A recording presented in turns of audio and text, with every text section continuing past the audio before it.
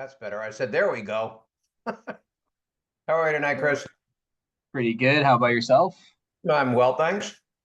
I've got a bunch of ideas that I'll share with you tomorrow Oh, great. for the newsletter and then how to get more Perfect. signups. So,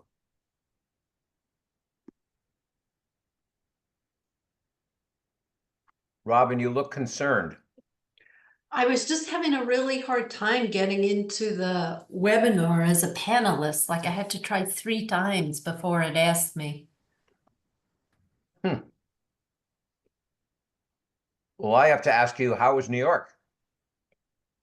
Oh, it was exciting considering I was a block away from the shooting and walked right by it, clueless as to why there were so many police there. That is very, very scary. Mm-hmm. Oof. And I've had annual meetings at that hotel. Everybody has annual meetings at that hotel.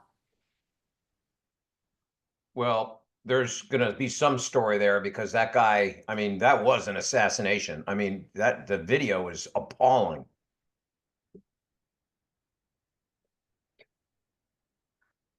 Right. I mean, not only that, did you hear the bullets had like the bullets had messages on them? Exactly. So it wasn't premeditated or anything.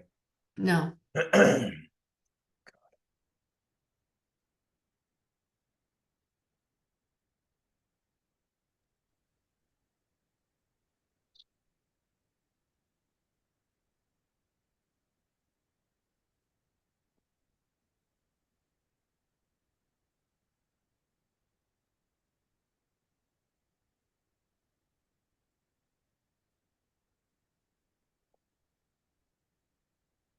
But as I was telling Mike, I was panicked earlier on when I got to the train station because some trains were delayed, and I said, please don't make my train delayed.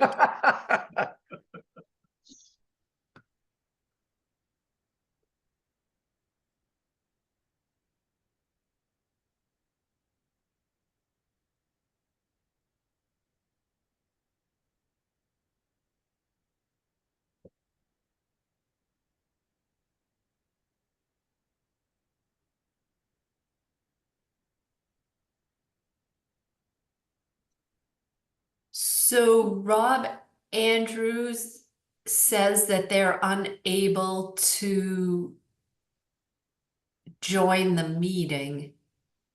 So it looks, Rob, if you can hear us, he's here. He's just an attendee until you open the Okay. meeting. That's all. So should I tell him that? Yeah, or he should be able to hear us now. Okay. He got it.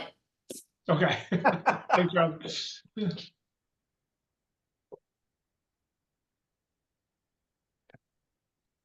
Well, I have 6:30.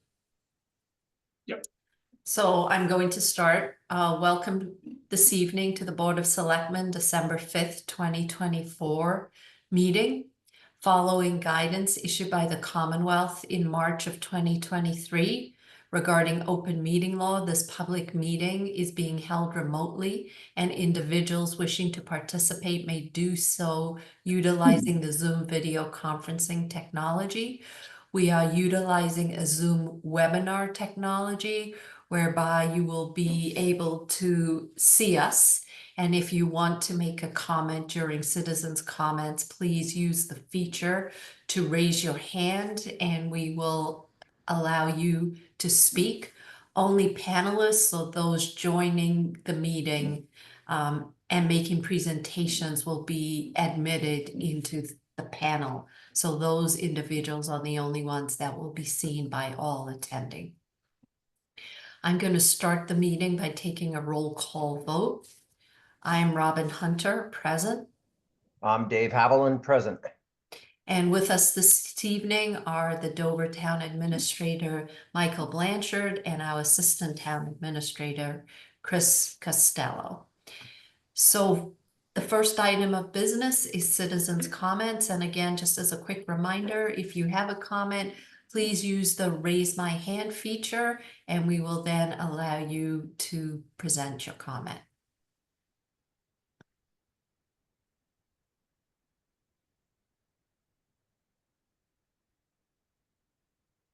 Not seeing any hands raised. Good, because neither am I, but I worry about myself. All right, so then we will be 4 minutes ahead of schedule and start with item 1.1, which is the Board of Trustees update on activities. And this is going to be a segment that we're going to have in many of our meetings. We are asking committees to come to the meeting, attend the meeting, and give us an update so that citizens can get an update on what's going on in the town, not just what's going on with the Board of Selectmen. So we are going to admit. You move, Chris, you move Rob and Bethany too. Yep.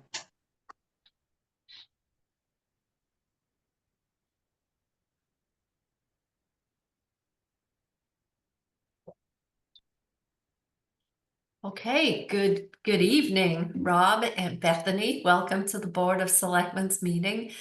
Bethany, I'm not sure we've ever met, but nice to meet you over Zoom. Your reputation precedes you in a very good way, so. Oh, well, it's a pleasure to be here, and Rob is going to be taking a lot of this as the chair of the trustees, but thank you so much for having us here and letting us present a little bit about what's going on at the library.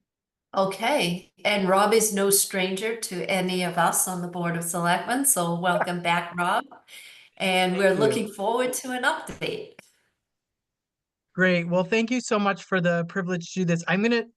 This is gonna sound very strange, but it's my first time on Zoom in like a long time. And so it looks like the share screen function is different now. So I'm gonna attempt to share my screen and we'll see. Oh, thank you. It's a test, Rob. Get one of your sons, they'll show you how to do it. It's true, actually. Let me get to slideshow and go backwards. Here we go. Excellent. Okay. There you go.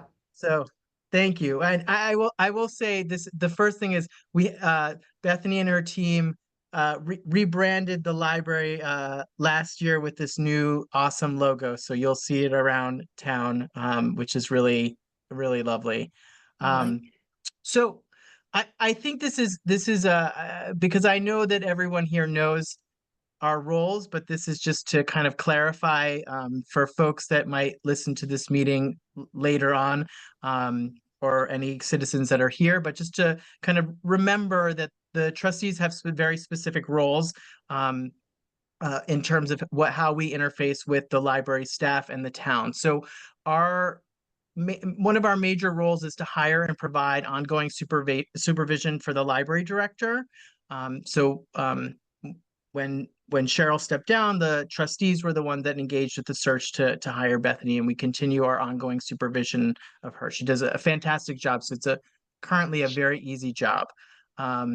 We identify and adopt policies related to the operations of the Dover Town Library. I'll give you some examples of that when we get to our highlights. We ensure that the library has a strategic plan. We assist with and vote on both the operational and capital budgets and assure that there are adequate funds available by following town guidance, which we actually voted on at our last meeting. So that should be hopefully on time for the town.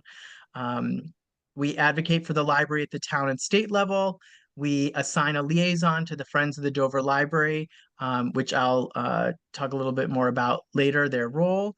And we listen and receive community comments about the library, which we've had a few, in fact, this year, which has been actually really nice for us as a group.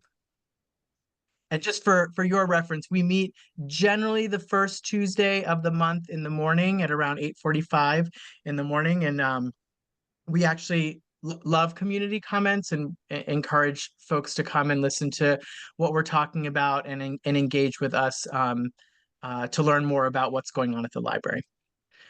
This is kind of a summation of the strategic plan that was adopted last spring.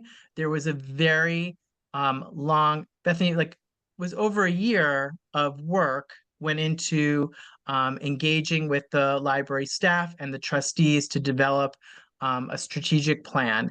And it's kind of the North Star right now for the library team in terms of how they move forward with developing programming. And I'll talk about that in a little bit. But I think you can see here it's a nice visual, which you can get at the library if you're interested in getting this as well. We can also send it to you for folks in the townhouse. Kind of what's important to us as the library. We're really, I mean, it's pretty obvious why someone would want to be a trustee of the library. We're pretty proud of our library. For a small town library, we pack a very large punch. And I do think that we continue to have a lot of relevance in programming for the townspeople in Dover of all ages. So some key highlights this year, which I think are important to know, is that to keep state accreditation, the library must spend 15% of our total budget for circulated circulated materials. And this is really important for townspeople, I think, and for folks in the finance office to understand, is that, you know, we have our entire budget, and no matter what, we can't necessarily control all the time what our spending is, because we have to spend 15% to stay accredited with the state. So if we have a certain number of staff that are moving up their steps and following kind of the procedures of people, we have to follow suit with materials. Even if maybe we didn't want to one year, we still have to maintain state accreditation. What's nice about it is that our catalog and it's a nice, we have nice stuff at the library, so it doesn't feel like we're wasting money in any way. What's also interesting about the library, and I was really appreciative of the warrant committee's guidance on using kind of non-municipal funding for projects, and we do that at the library already. We use about $780,000 of non-municipal funds to support the budget. The town and the library share capital expenses. So from the paint out, the town kind of takes care of that. And from kind of like the paint in, the library takes care of it. So for example, the HVAC is a town expense, and new furniture would be a library expense. We have multiple funds that can support the capital projects for the library. So for example, this past year, we voted to spend, it's going to end up being a little less than $40,000 of non-municipal funds to put in private study pods in the library. So as you know, the library is a very large open space, and patrons will ask, could I reserve a room to have a meeting, or to be able to do a tutoring session or study? And we couldn't offer that. So Bethany has come up with this like kind of brilliant plan to put in these study pods. They're quite expensive, and the taxpayers don't have to pay for them because we have outside funding to be able to do that, which is, I think, really, really nice. The funding comes from a variety of sources. We have a number of funds, but one of the things that we do have is a really vibrant Friends group. So the Friends of the Dover Town Library raised between $30,000 and $50,000 to support library programming. Municipal funds. Annual amount, Rob? Correct. Okay. Correct. Yeah, they're really amazing in terms of the amount of funding that they put in. And so on average, there's about 25 to 30 programs a month. And we spend less than $30,000 a year on programming, and none of it is taxpayer dollars. It all comes from the Friends. And the Friends in the past have asked it all to go to programming. They've kind of changed their philosophy a little bit, or allowed us to ask them to change their philosophy, where Bethany can now, if there's excess money at the end of our kind of budgeting for programming, she can now put it in our other funds that we have. So we can, once, I know you and Dave and the finance team have been working on kind of getting our funds into be able to grow a little bit more. The library's really excited about that, because that could allow our fundraising to kind of increase and help the taxpayer not spend as much money, which is, I think everyone likes that. So it's a win-win situation. And so if the library has a larger capital expense in one year, we can draw upon some of those funds. They're not huge right now. And we'd like to be able to we'd like to make them a lot bigger so that we have a nicer cushion, so that we can do some exciting things with the library when kind of we need to. And Rob, So that's in terms of kind of Yep. all of the programming is free. We don't charge for any of Correct. the programs. Okay. Correct. There's no fees for it. And just like all the kind of non-book kind of materials as well, like all the Xboxes and gardening tools and beekeeping outfits and beer making and fondue sets, those are all free as well. So it's pretty amazing what we have in the library for citizens. As you know, Robin, I'm pretty active on the kind of Buy Nothing Facebook group that Dover has, and my most other than when I want to get something for someone, my most common response is if someone asks for something, is the library probably has it, go check it out, or the library does have it. So it's a really wonderful a really wonderful resource for folks if you are doing a home improvement project. I mean, you can even rent a vacuum clean, like a really nice vacuum cleaner. So if you don't want to buy a really expensive vacuum cleaner because you only vacuum once a month, you can just go and check it out at the library. It's just a really nice resource. One thing I do want to And sorry, Rob, I'm go ahead. gonna butt in for a second. One thing I want to tack on there to Robin's point, everything at the library is free, and adding on to that, the library is also fine free. So that happened more than a decade ago. A lot of libraries took COVID as the opportunity to eliminate fines and to eliminate that punitive side of library borrowing.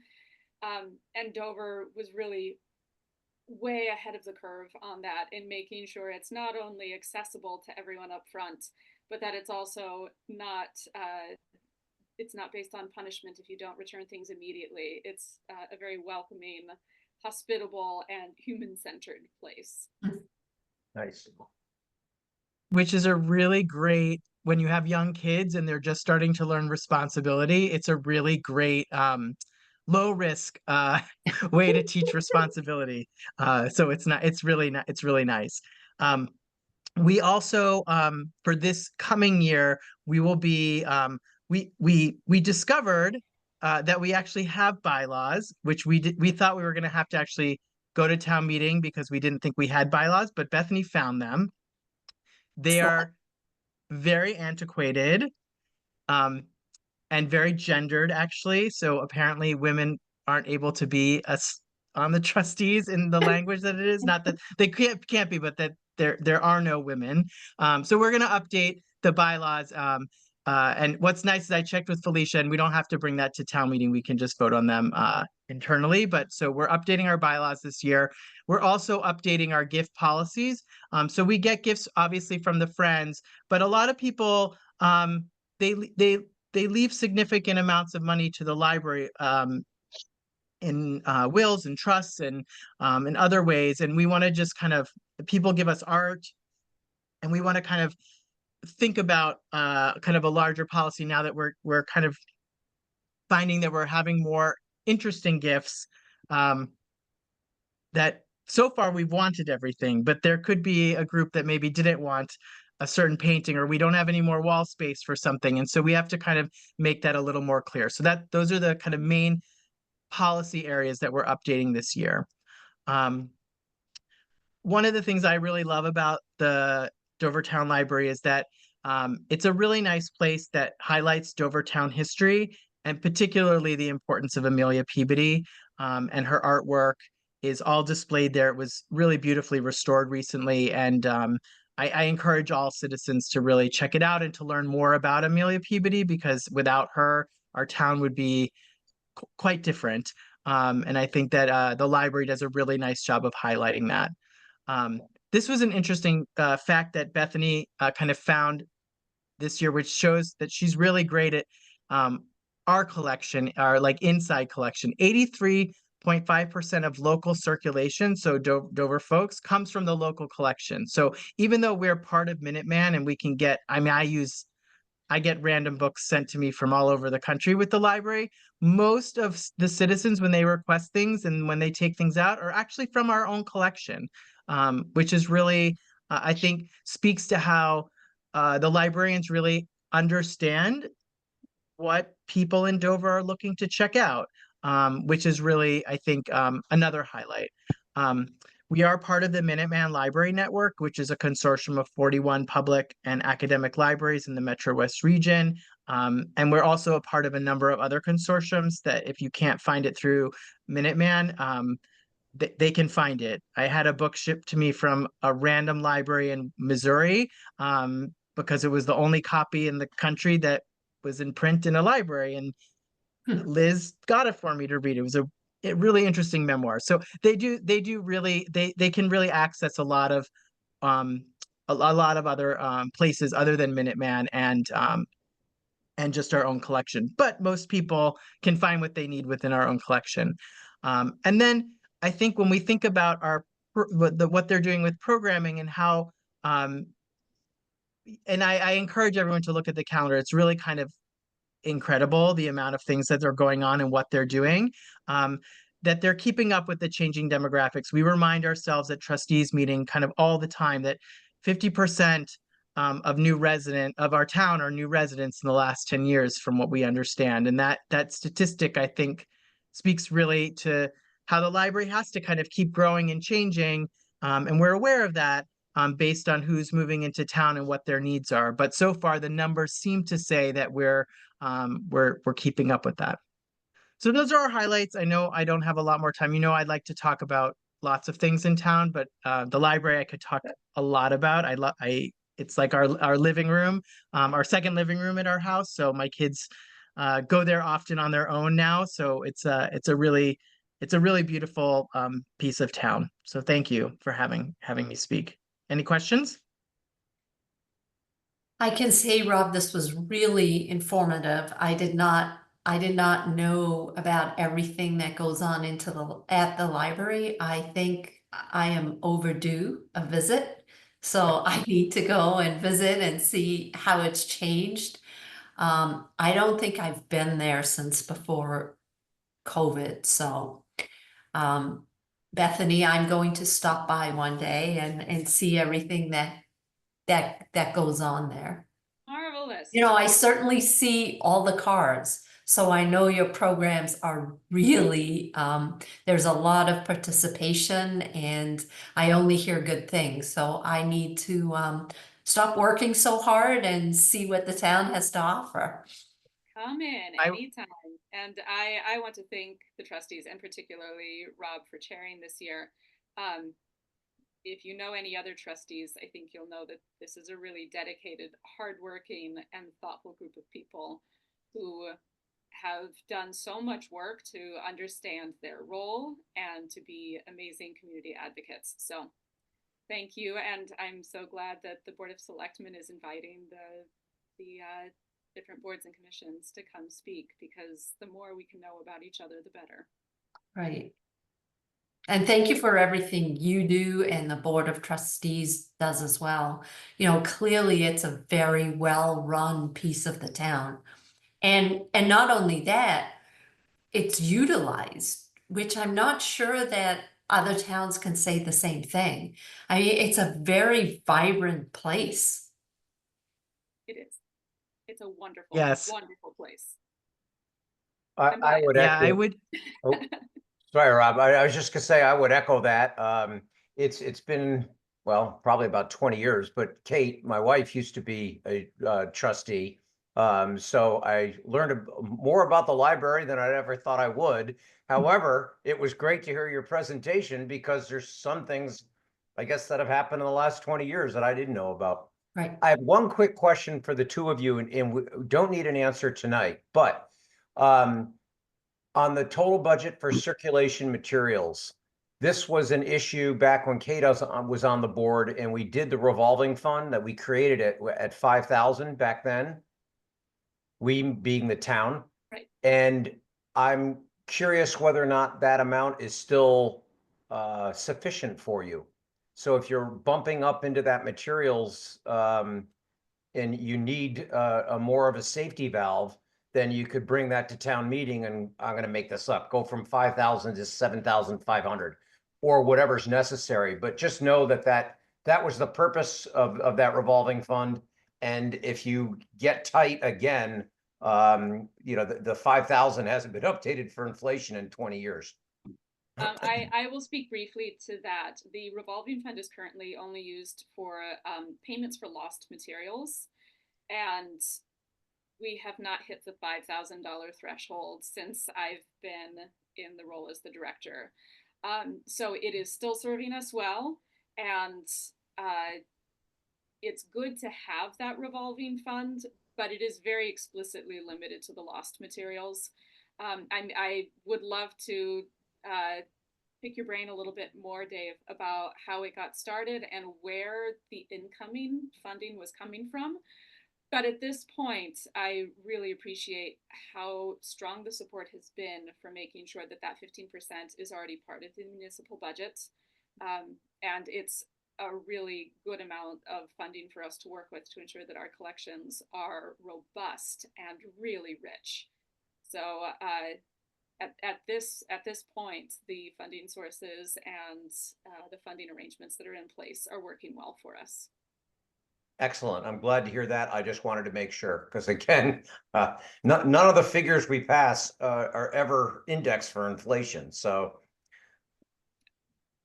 but I yeah, will no, say, I'll echo what Robin was saying. Thank you so much, because it is a vibrant building. And it was great when I was in there a few months ago for the Council on Aging to see what the heck was going on. And walking around, it's, I'm going to use the word impressive. At least I was impressed. And I strongly encourage everyone to go down and put their head in the door and check it out, because there is a lot being offered.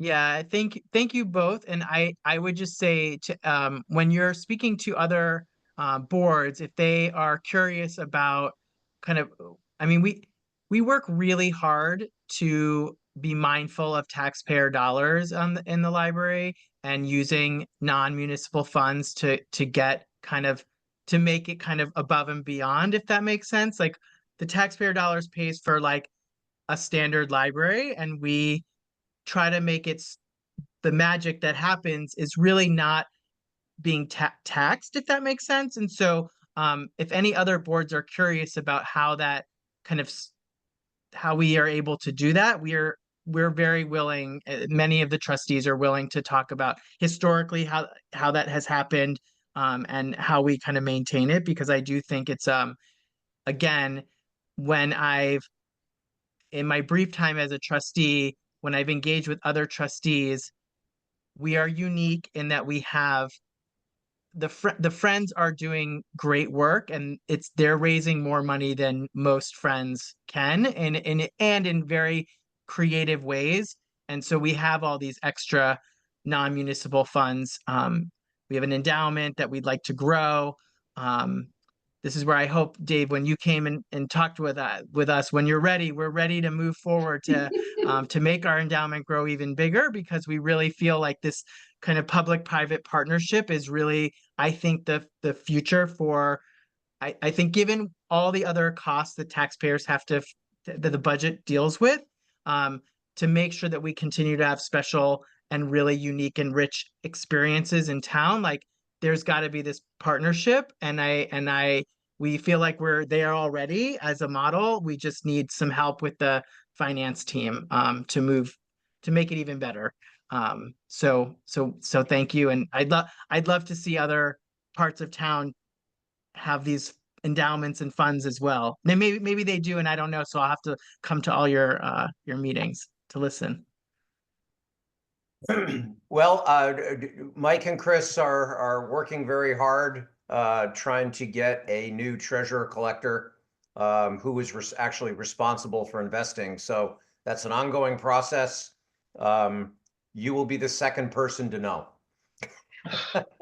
We're super excited and very supportive, and I will also speak for the trustees to just say we know that the townhouse is super supportive of the library, and we just really appreciate everything. And DPW and Carl Warnick is phenomenal to work with when thinking about capital. So it's just been a really my couple years on the trustees has been really it's been really wonderful and collaborative, and really thank you. Well, thank you all. And you've also set a high bar for the other committees coming. This was perfect amount of information, perfect number of slides. So we're going to set this as an example. So thank you both. Thank Pleasure. you so much for the invitation. I really appreciate it. Okay. And I'm going to stop by, Bethany. It's not just a threat. So Come say hello. I will. Okay, so now we're going to move to the second item on our agenda, and that's a discussion and vote regarding replacement and relocation of the cross street school zone signage.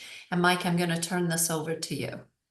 Perfect. Thank you. So enclosed in your packet is a memo and a sketch from DPW Director Kevin McCabe. Kevin, as well as the police chief and the principal and assistant principal of the Chickering School, met to address some concerns that had been raised regarding traffic on Cross Street at the Chickering School entrance. As a result, we engaged with TEC, who's our traffic consultant, to look at the signage, and they made some recommendations to both replace some of the signage and relocate some of the existing school signage. The sketch in your packet kind of shows what they were outlining.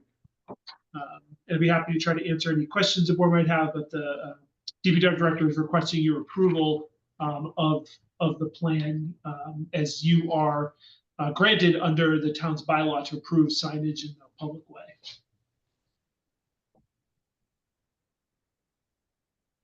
So it was hard for me to see exactly, what they were trying. So what they're trying to do here is install a speed limit sign, correct? Yep. So there'll be a school speed limit sign, both where it begins and where it ends, as you're traveling out of the zone. Which you see in most towns, right? Yep. So all these recommendations are standard based on the traffic guidelines. This is an acronym I can't think of, a set of codes they use. So they are all in compliance with that code. So there's the speed limit signs. There's pavement marking, marking that it's a school zone. So as you're driving, you'd see it on the road in front of you. And then there's also a recommendation to install flashing school zone beacons. As Kevin mentioned in the memo, that's something he is requesting, but there is no funding for those. Those are quite expensive. So that's not, if that's something you were to consider, that's not something that would be done in the immediate due to the cost. The other signage and the street school markings would be done. I don't know exactly why, but that can be done at any time. The beacons. Okay. Right. So, just for a little bit of history, the flashing stop signs that were put up in the center of town and by the high school, there was a lot of debate in town. For me personally, I find the flashing signs are just a reminder to slow down. So the question I would have regarding those flashing signs, would they flash all the time, regardless of whether or not school is in session? Or is there a way to program them so they only flash when school is in session and they wouldn't flash, in the summer months? Yeah, so these would be programmed to flash not only when school's in session, but just specifically during the morning and afternoon drop off and pickup periods. Okay. So it'd be, again, I'm going to make it up, I'll get in trouble, but maybe an hour or so in the morning Okay. and then an hour or so in the afternoon. But right, not on the weekends, not school vacations, not the summer. Okay, and if I understand you correctly, we don't even have sufficient funding to put in these flashing signs? Yeah, so they're quite expensive. I believe, and I might get this wrong. I think we're talking about $10,000 each. There's also significant work to run conduits from National Grid. They need meters, so it's quite an undertaking. Okay. So I mean, from my perspective, given the challenge I know that we had with those other flashing lights, I would suggest that we approve this without the flashing lights, and at such time that we have funding for the flashing lights, I would really strongly suggest that a presentation is made about why it's recommended, how it would work. I just have a little bit of PTSD from the time before. So that would just be my recommendation. And maybe it's something we can begin to socialize even before we have you know, we have sufficient funding for it. Along those lines, Robin, I actually agreed. I spoke with Mike briefly this afternoon on this, and my concern would be that we need to give the public and the neighbors a chance to weigh in on this at some kind of hearing or as a specific agenda item for the flashing lights if we ever want to put them in. I mean, the rest of this to me is just a no-brainer, but I think we ought to hold off on the flashing lights approval and just if they're still necessary and whether it's the police or highway or the schools deem that they really are necessary for public safety, then we can revisit it then and then just have a full vetting and allow the public and the neighbors on Cross Street to weigh in first and take it from there. So those are my thoughts. I mean, but the signs in the street and making it safer, that's just a no-brainer. Right, so I think, Mike, you know, maybe Kevin and the chief could come. I think it's a good idea just to socialize this again and, you know, maybe notify the neighbors it's something we're gonna do. I don't know. I don't want to set a precedent if we never did it before, so maybe we could just go back and look and see what we did before. But I do remember there was discussion. Yeah, so I think today's point, you know, I think I don't know if we technically call it a public hearing, 'cause that's more of a legal requirement, but I think a certainly agenda item should the money become available, you know, so that we could certainly notify butters, we could ask the principal to help notify the school community, and that way people have an opportunity to be heard. You know, and I think as Kevin mentioned in his memo, you know, he's happy to work with the schools if this is Right. something they want to pursue to look for some grant opportunities. But I understand completely what you're saying, and my suggestion would be if you'd like to make the motion as written, but perhaps at the end just add, with the exception of the flashing school zone That's- beacons, that would accomplish, I think, what you're trying to do. Right, and that's what I was going to do. So I move to approve the installation of the school zone signage as recommended by TEC with the exception of the flashing school light beacons. Second, All in favor, I, Robin Hunter. hi, Dave Haviland. Right. You know, and for me conceptually, I like them, but and especially knowing that they can be programmed just to run during certain hours, that makes it even more appealing. But I think we should just get more information. I think that works perfect. Thank you. Okay. All right, so then we're gonna move to item 1.3 on the agenda. Oh, Mike, you have a busy night tonight. Yeah, well, I'm gonna lodge a complaint with DPW Director McCabe. He had a conflict tonight, so I'm presenting his item. So Yeah, bear with I me. was gonna say, where is he? So thank you, Robin. So as the board will recall, and I certainly do, because this was actually my very first week on the job. I got a call after hours at home. And I said, geez, it's like my third day. They're already calling me at night. But we had a couple floods or multiple floods incidents at our DPW highway garage last summer. This was, we brought in a team to identify what the issue was, and basically the stormwater system that's there, one was undersized for what the intended purpose was, and two, there were some issues with it as well. Some repairs were needed, things of that nature. So this was originally a capital item that was going through the capital process, but then we identified that we thought some ARPA funding, particularly through the county that was designated for infrastructure projects, would be a really good candidate to help take this burden off our capital. So we went through that process. It was approved by the county. And as a result, DPW issued a bid solicitation for the project. It came back, as you'll see in your packet, the lowest and responsive and responsible bidder was a company called 102 Property Maintenance of Millbury, Massachusetts. The bid came in at a total cost of $648,125. The engineers have reviewed it, did find they were responsible and responsive. We had town council look at it as well. They were good with it. So I'm here tonight and asking your approval, recommending your approval of this bid.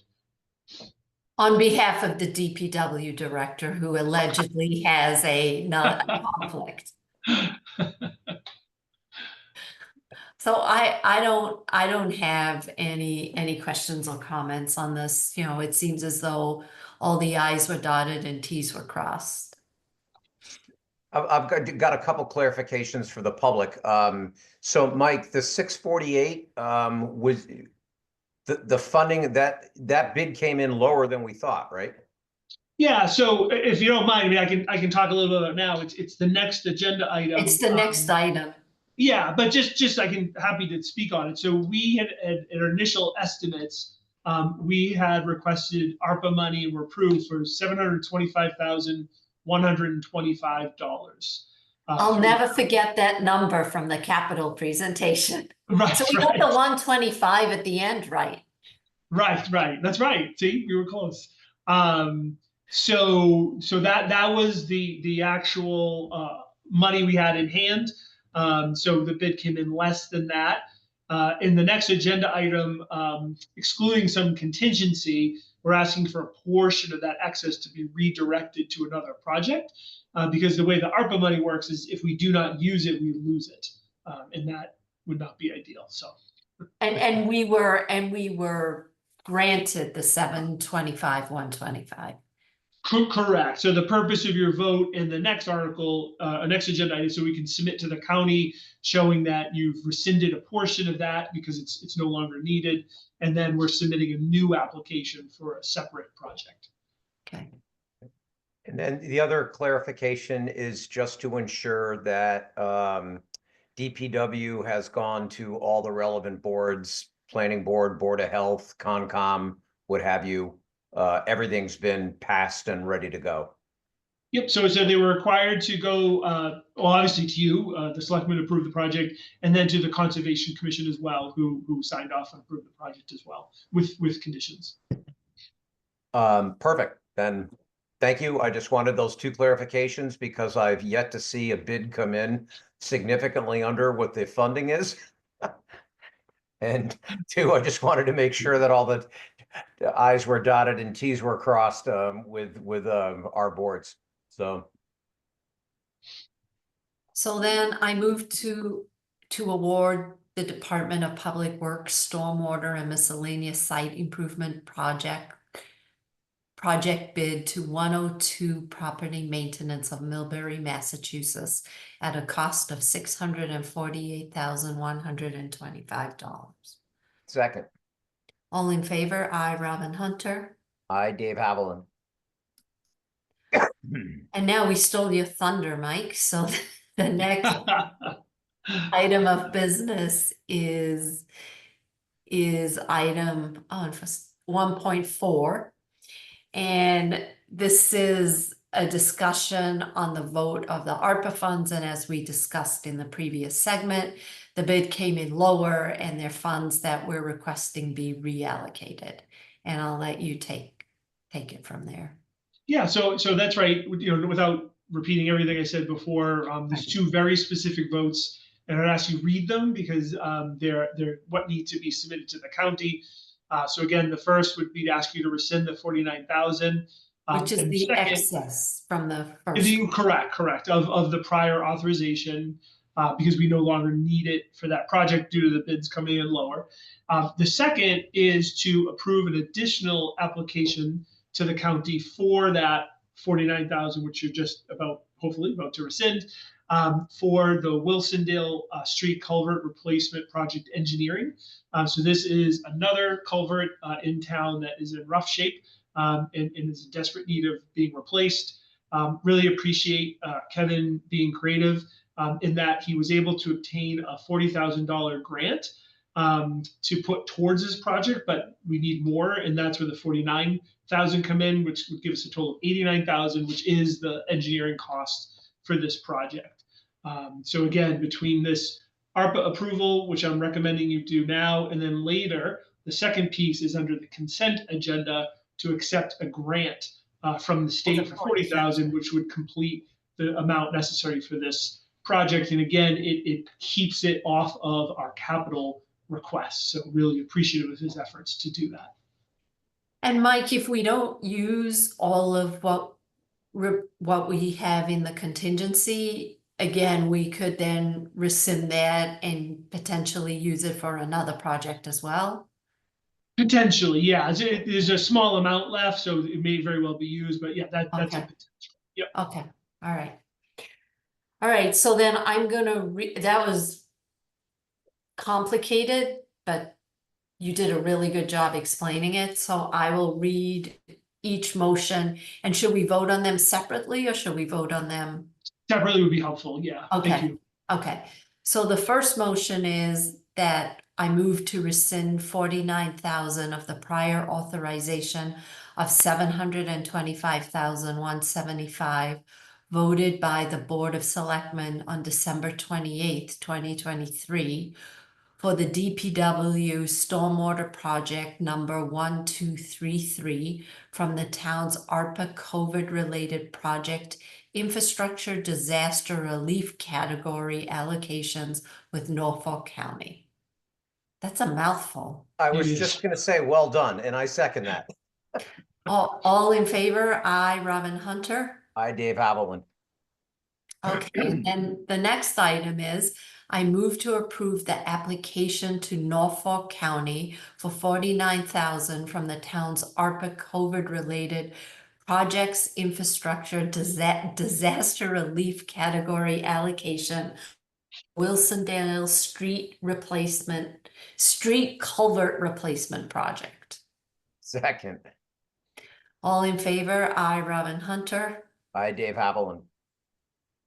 Okay, there you go. Hopefully we did it right, because I think the last time we had to come back and redo the vote because we didn't do it specifically the way the county needed it to be done. Yes, that's why this is such a mouthful, because I think we have it right now. Okay, good, excellent, because I don't know that I could do it again. Oh, you didn't make a mistake on the first motion. You just read the whole thing perfectly. Oh, no, Dave, I memorized it. Yeah, right. So the next item is a standard item, and this is item 1.5, and it's renewal of the Commonwealth vehicular licenses for the American Legion Post 209, for Powysset Farm, and for Dunkin' Donuts. And this basically is per Massachusetts General Law, Chapter 140. All food establishments that engage in the business of preparing and providing food for seated patrons on the premises of a permitted structure must obtain a Commonwealth vehicular license issued by the Board of Selectmen. Licenses are usually effective for 12 months, starting January 1st to December 31st of each year. and they must be renewed annually before the end of the year, which is why it's on our agenda today. The required renewal documentation and fees have been received by the town for each establishment, with the exception of an inspection fee certificate from Dunkin' Donuts, which I assume we will be receiving, or, So I can just add now, since the packet went out, we actually do have that now. okay? So when you make your motion, if you're looking at your packet, you can add Dunkin' Donuts to that first part of the sentence and leave off the second part, because they now all can be issued because we do have all the proper paperwork. Okay, One quick thing, in the suggested motion, it says December 30th, but in the verbiage up above, it says December 31st. So I Yeah, that didn't- should be the 31st. Thank you. that's what I figured, but I just thought I'd mention it. okay. So then I move to approve the issuance of the common vehicular license for American Legion Post 209, Powasset Farm, and Dunkin' Donuts, effective January 1st, 2025 through December 31st, 2025. Second, All in favor? I, Robin Hunter. I, Dave Haviland. Excellent. Okay. Now, item 1.6. It is for an appointment to the Town Report Committee. And we will be appointing Nicole Lepente McAllister.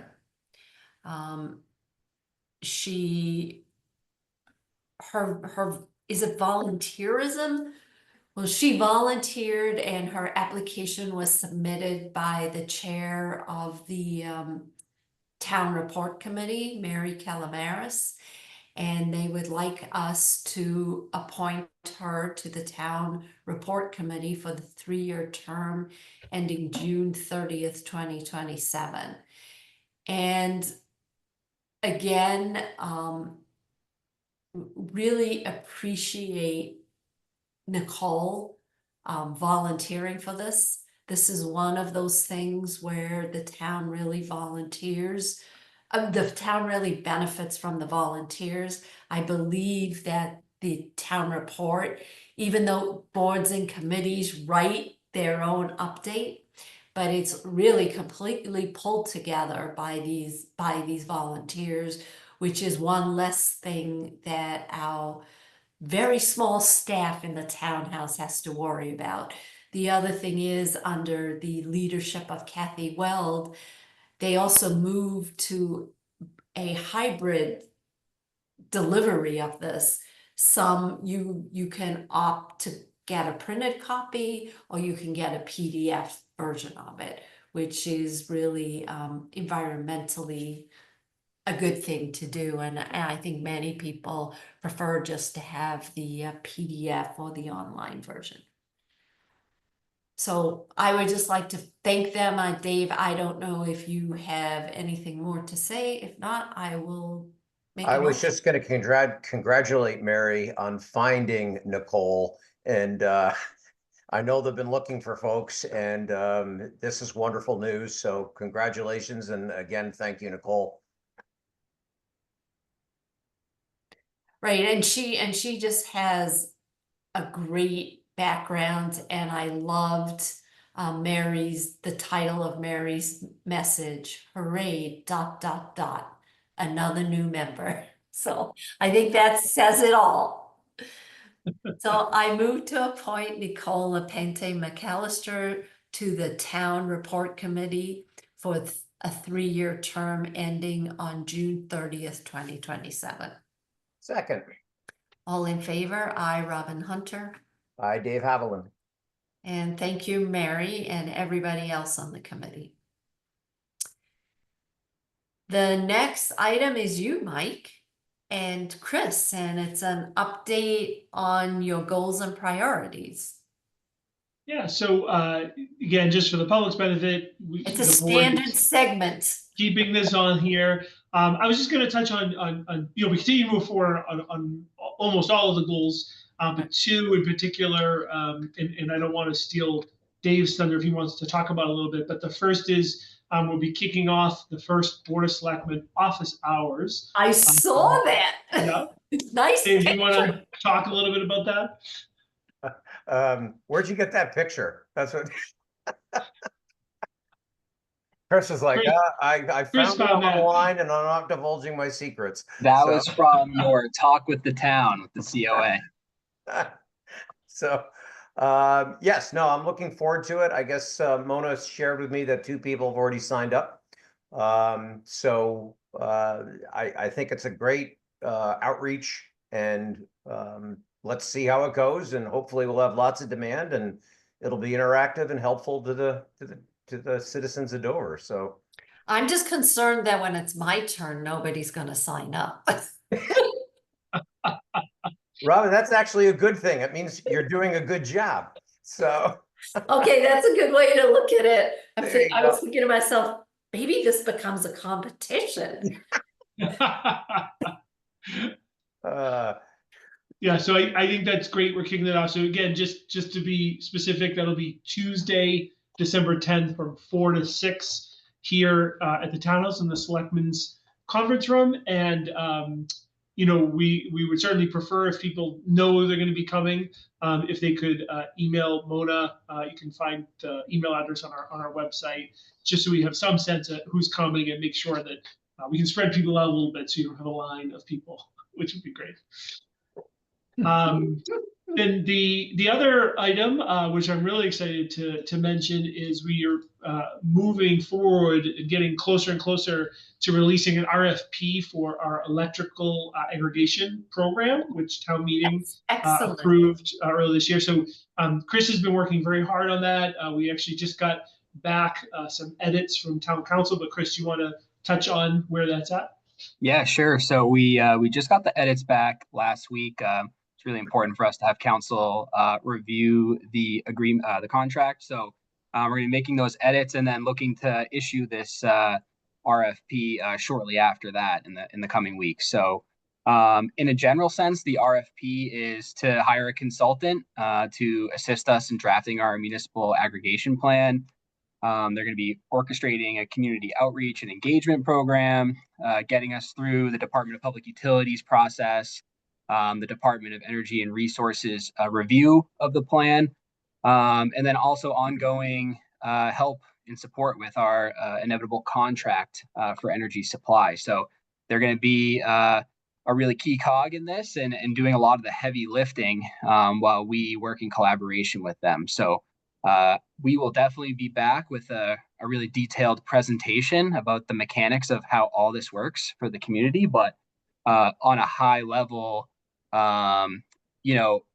municipal aggregation is a program where the municipal government contracts for electricity supply service for residents and businesses. So this will give residents and businesses the option to purchase their electricity from the aggregation, in addition to the current options of basic service through Eversource, National Grid, or another competitive supplier.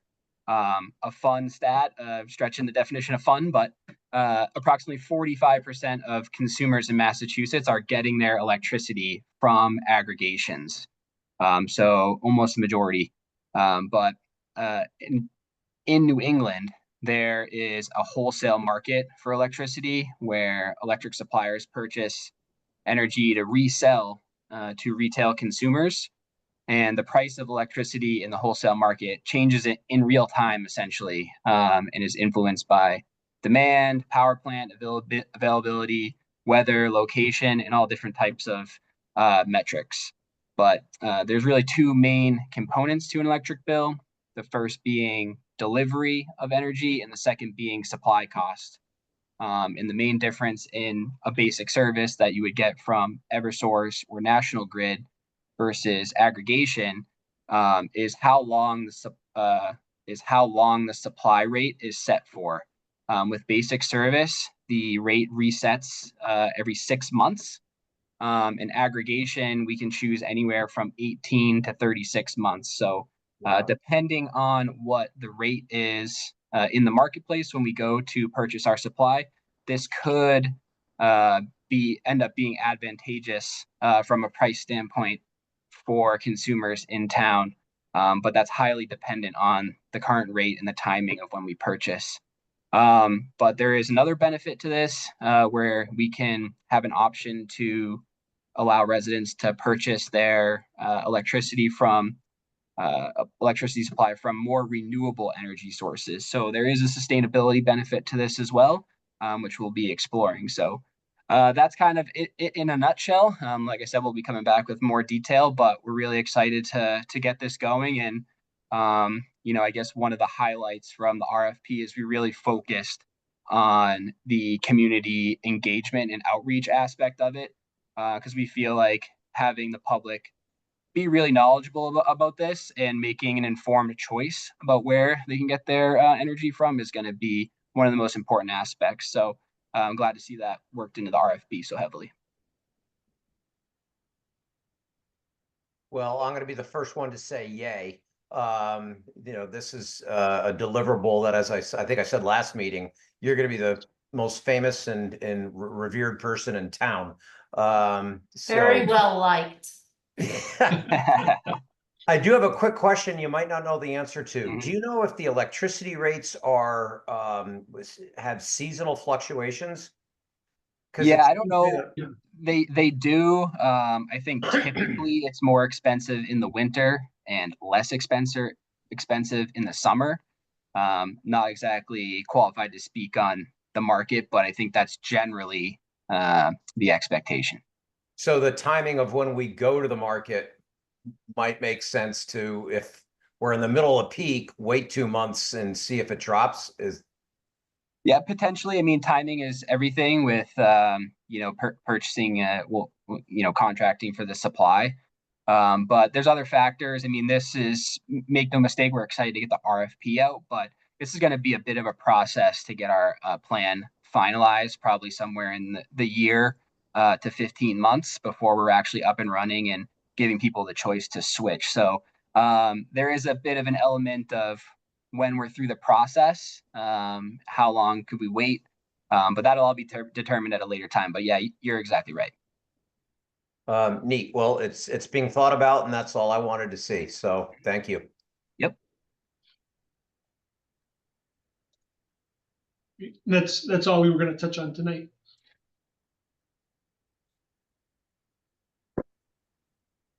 Well, we're certainly making progress, so that's a good thing. And I am excited about the electric aggregation, so look forward to the next update. And then Yeah, the next, I love the way you guys are doing it, just like one update. And so you don't have to have this, data dump on a, every 5th meeting or something. We're just doing it constantly. So I like it. right. Great. So the next item of business is the Board of Selectmen updates. And this week I have been traveling, and as a result, I missed 3 meetings that I'm going to get updates on. The first one was the rail trail, and maybe you could provide an update on that one, Mike? I can, and actually, hold on one second. I want to grab something to make sure I have the right date. So we had a really great meeting with our consultant TEC today. Specifically, this month or last month and the beginning of this month, they've been setting aerial targets and conducting an aerial survey to develop a base plan for the trail. And then a key date is, and again, this is just a target, but we're scheduling for the last week in January to have our first public meeting, preliminary design kind of kickoff meeting. So the date has not been set yet, but that's the current schedule, that we could have an event that residents can attend, can see actual plans in hand, provide comments, kind of break into groups and share feedback, things like that. So we're really excited to kick that off. That's great. I also had a conflict with the with the open space meeting and capital budget meeting, so I had to pick one. So I went to the capital budget meeting, and I'm going to touch base with open space tomorrow. Amy's going to give me an update, but one of the things she did send to me was the preliminary presentation to take a look at. And having looked at Rob's, I think I'm gonna I'm gonna make a suggestion to cut down a few slides for when open space provides provides their overview. Capital Budgets is doing a really nice job hearing from each of the departments. I keep reminding the chair that our goal that we need to deliver to the town by January 1st, an aggregated spreadsheet of the asks that can be put into the budget. Everybody understands that those will not have been approved, but we need to put in there what is being asked for. At the last meeting, Carl Warnick presented the Selectmen's budget. He did a really good job. He also went back. One of the things capital budget is asking for is, where do we stand on projects that were done like over the last 2 years? Have they come in on budget? And also what was the source of the funds? Because for a lot of these projects, just like what we saw this evening, town staff have gotten grants for some of it, and which is great. So we want to try and keep track of that. Carl did tell us that the roof work has stopped because of the winter, and it will finish up in the spring. And he also said that he gave some of the staff a tour of the community center because people were concerned about what the office space might look like or what the building looks like, and everybody was really impressed with how efficient the space is being utilized there. And he said he is cautiously optimistic that the building will be finished in the middle of February. And he cautioned everybody that by finished, it means it will be done, but it's going to take a few months before it opens to the public. Yes, it's the initial certificate Right. of occupancy Right. be granted. To do that, you've got to have all your safety and public health features in.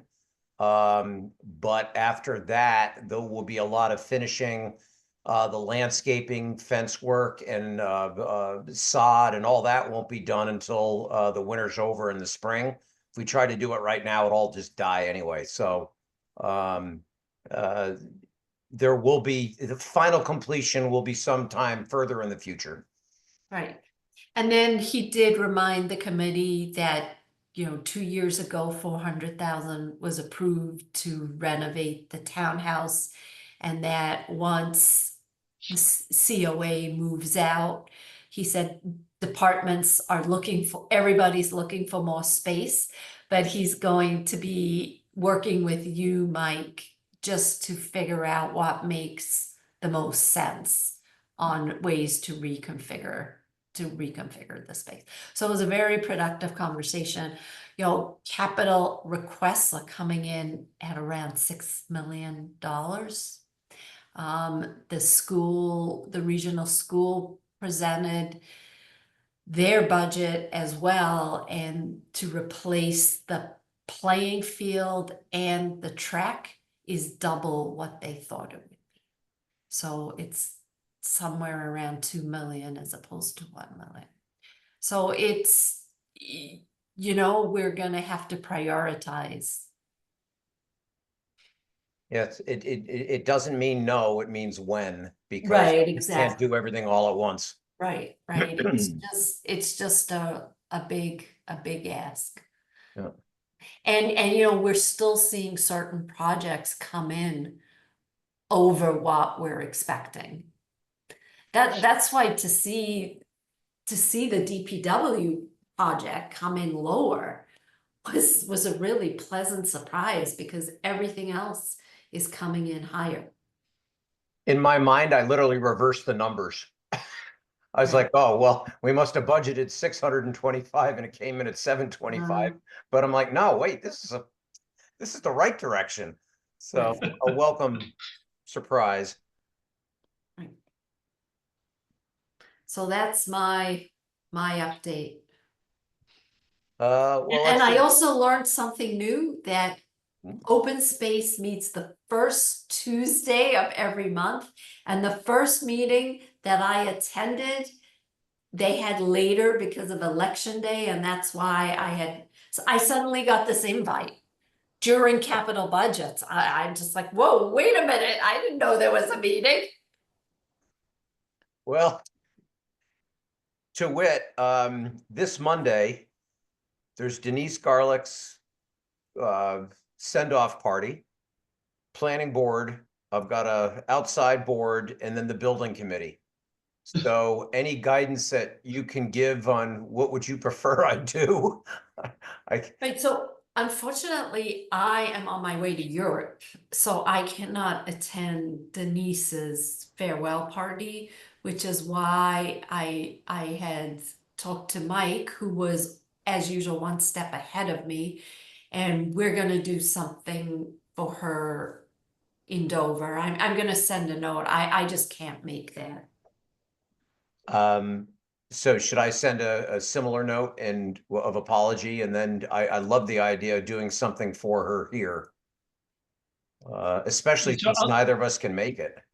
Yeah, so I'll just add, I think my intent is to attend, and so I'd be happy Thank you, Mike. to bring those wishes. I think the town administrators may have an opportunity to have a little brief statement at the event, so I'd be happy to share that on your behalf.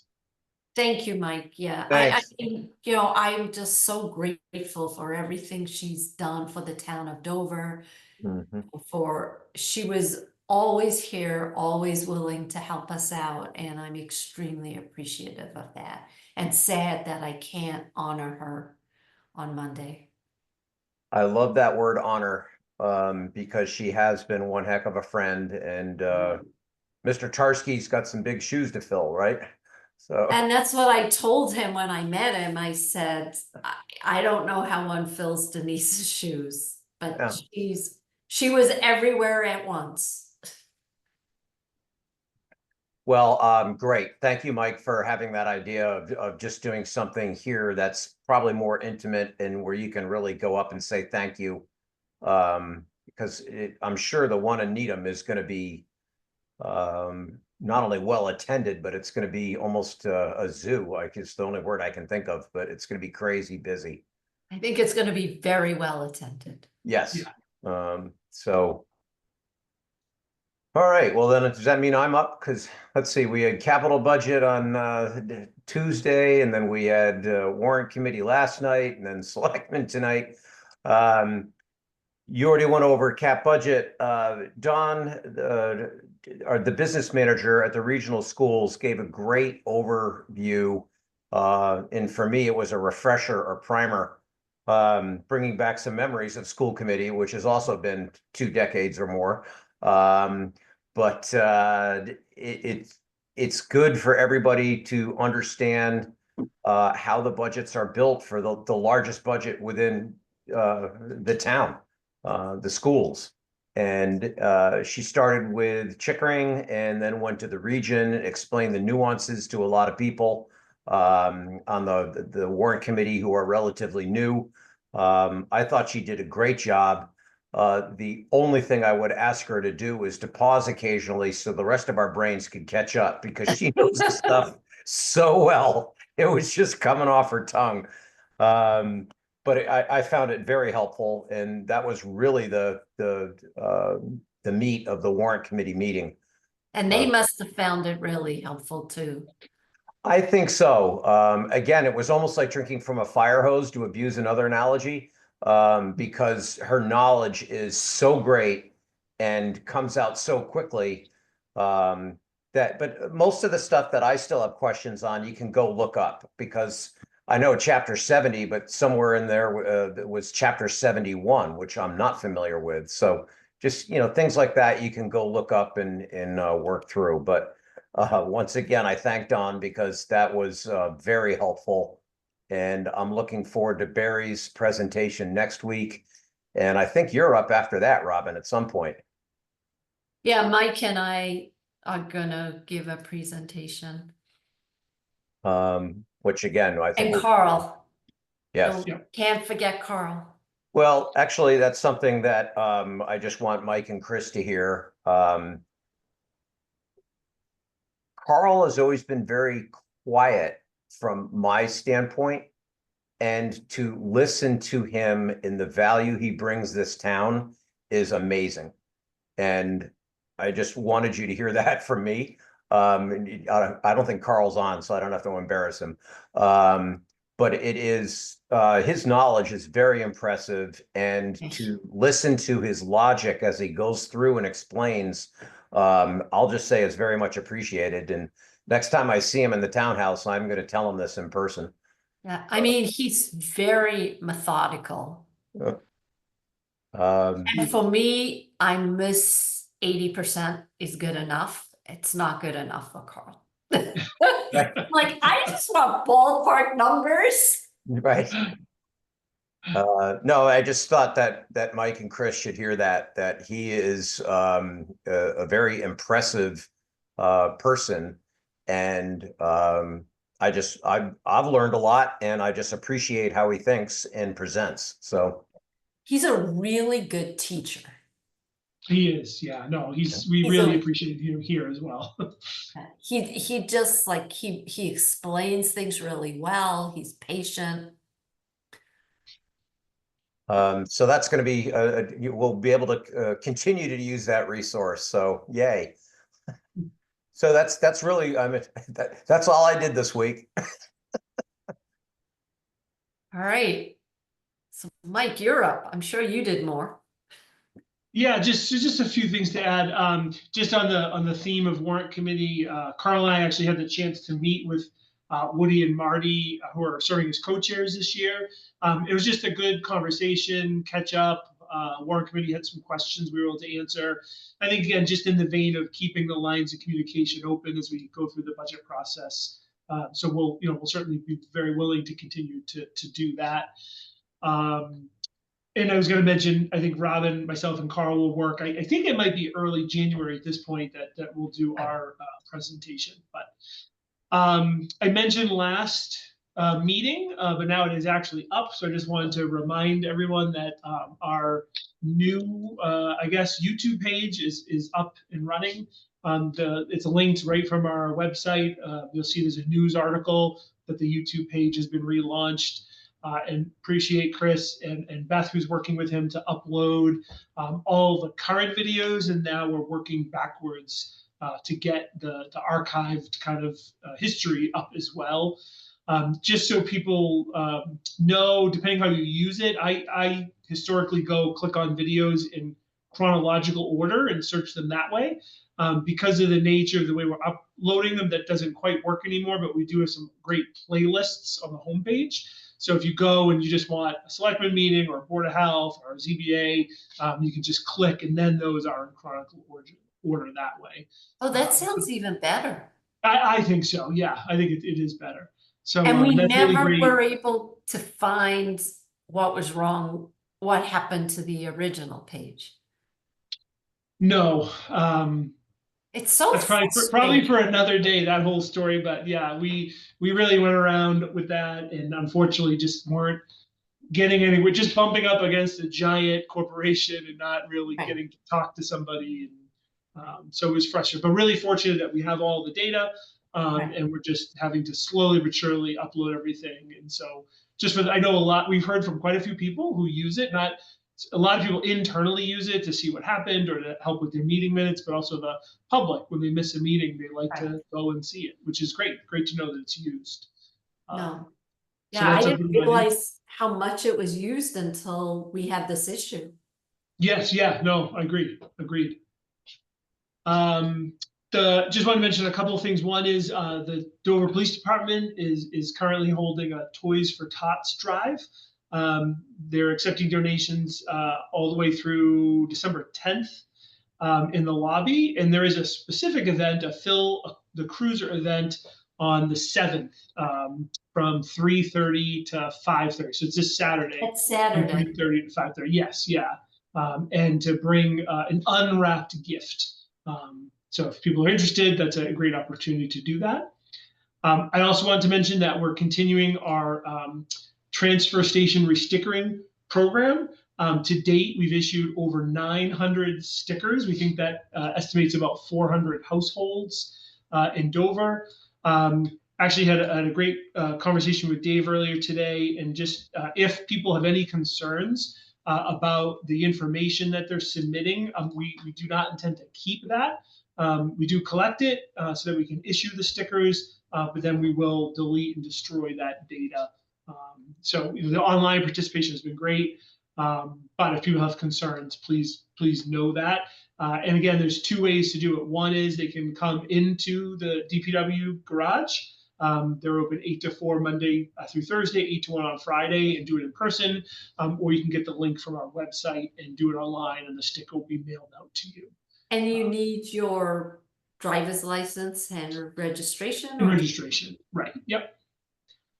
And then lastly, Dave already mentioned it, but I just wanted to highlight the specifics for the celebration for Denise Garlick. It is open to all residents in Dover, as well as Needham and Medfield, but it's going to be on Monday, next Monday, December 9th, from 5:30 to 8 at the Needham Town Hall. And there'll be refreshments. I've actually talked to Denise earlier this week. She said it's going to be a party. So not a stuffy event. So if people are interested, to wish her well. And as I mentioned, I will be there and will certainly share on behalf of the board your feelings. And like we said, we hope we get an opportunity to do that directly with her. So that's all I have for tonight. Okay. And so the next item is our consent agenda, unless I skipped something, am I right? Yep. You're right. Okay. So the consent agenda consists of the following items. First, approve an acceptance and expenditure of a Commonwealth of Massachusetts fiscal year 25 State 911 Department Support Incentive Grant for $30,244 for personnel training. Then another Massachusetts Housing Partnership 40B Technical Assistance Grant for up to $10,000 for consulting services for the review of Tisdale Drive Apartments 40B comprehensive permit. And then the Commonwealth of Massachusetts Community One Stop for Growth Grant for $40,000 for the Wilsondale Street Culvert Replacement Project, which we spoke of earlier this evening. And then there's approval of a couple of one-day special liquor licenses for events that are going to be held in Dover on December 21st, January 2nd, 3rd, 8th, 30th of 2025. So if there aren't any questions, I'm going to move to approve the consent agenda as presented. I want you to move the time clock back because I can't believe we're talking about 2025. I can't believe that the next meeting is the last meeting. Well, first of all, Mike scared me because he and I were discussing it and he said it's December 16th. I'm like, it can't be. I'm in Holland. When did it change? That was my fault. Oh, I'm just going to say good one, Mike, but never mind. I'm kidding. I mean, So you made the motion, and if you did, I second it. okay, so all in favor, I, Robin Hunter. I, Dave Haviland. And that's it. And I would just like to say I am so impressed that we're able to stick to the time on the agenda. Don't jinx yourself. We're knocking wood right now. Yeah, Mona, I don't know how you're doing it. You're excellent at predicting. Thank you. That's right. And I'll text you both when the papers are ready for signature, please. Okay. All right. So Mona, I leave on Monday evening, so, Okay, right? yes. And this is it. I'm done after this. It's just been way too much travel. Well, good luck with your last sojourn of the year. And it's a crazy one. I go to 3 countries in 7 days. Wow.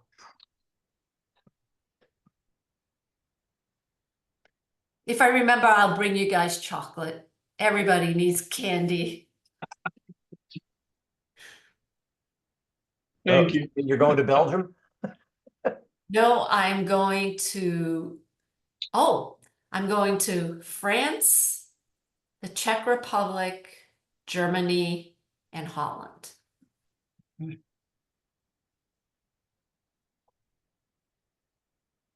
Well, that's actually sounds like a fun trip geographically, but you're going to be in office buildings all day, so it's not. Exactly. So. My life. All right. Well, thank you, everybody. Do we need to Thank you. adjourn? Appreciate it. Oh, yes, I make a Yeah. motion to adjourn. I was so Okay. excited about being on time that. Oh, sorry, Mona, we blew it. So, No, we're still on time. We were a little early before. all right. Do we I have a vote second? for me. Yeah, I seconded. You didn't hear me. Okay, all in favor? I, Robin Hunter. Hi, Dave Haviland. And Chris, I'll give you what I owe you tomorrow. Sounds good. Thank you. Okay, thanks. Super. Thank Thanks you. all. Have a wonderful night.